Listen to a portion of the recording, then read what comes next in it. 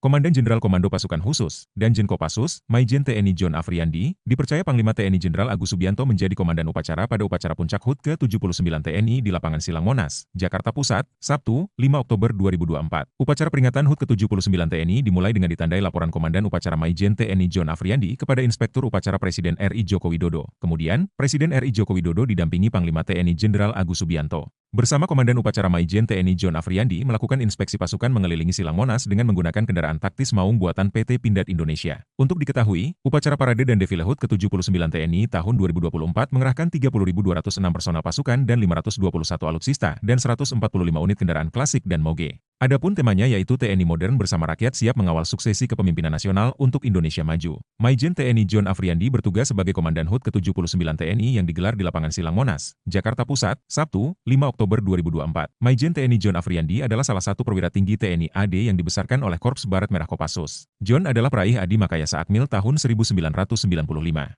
Dia menjadi salah satu jenderal TNI dengan sederet prestasi mentereng. Sejak 8 Maret 2024, dia menjabat sebagai Komandan Jenderal Komando Pasukan Khusus, Danjen Kopassus. John Afriandi adalah salah satu lulusan terbaik Akademi Militer, Akmil, tahun 1995 silam. Selama berkarir di TNI, John banyak menghabiskan masa tugas dalam lingkungan Korps Barat Merah. Setelah lulus dari Akmil pada 1995, dia pernah menjadi Komandan Peleton 32 Batalion 13 Grup 1 Kopassus. Dia juga sempat menjabat Komandan Peleton 22 Batalion 13 Grup 1 Kopassus.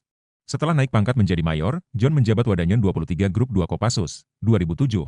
Pabandia Ops Kopassus, 2009, Danyon 13 Grup 1 Kopassus, 2010 hingga 2011, dan Danden 1 Grup Apas Pampres, 2011 hingga 2013. Kemudian saat berpangkat Letnan Kolonel, John mengemban posisi Wadan Grup Apas Pampres, 2013 hingga 2014, dan Asops Danjen Kopassus, 2016 hingga 2017. Setelah pecah bintang naik menjadi Brigjen, John dipercaya sebagai Komandan Korem 012 Teku Umar, 2020 hingga 2022, dan Danmentar Akmil, 2022 hingga 2023, Jenderal Kopassus.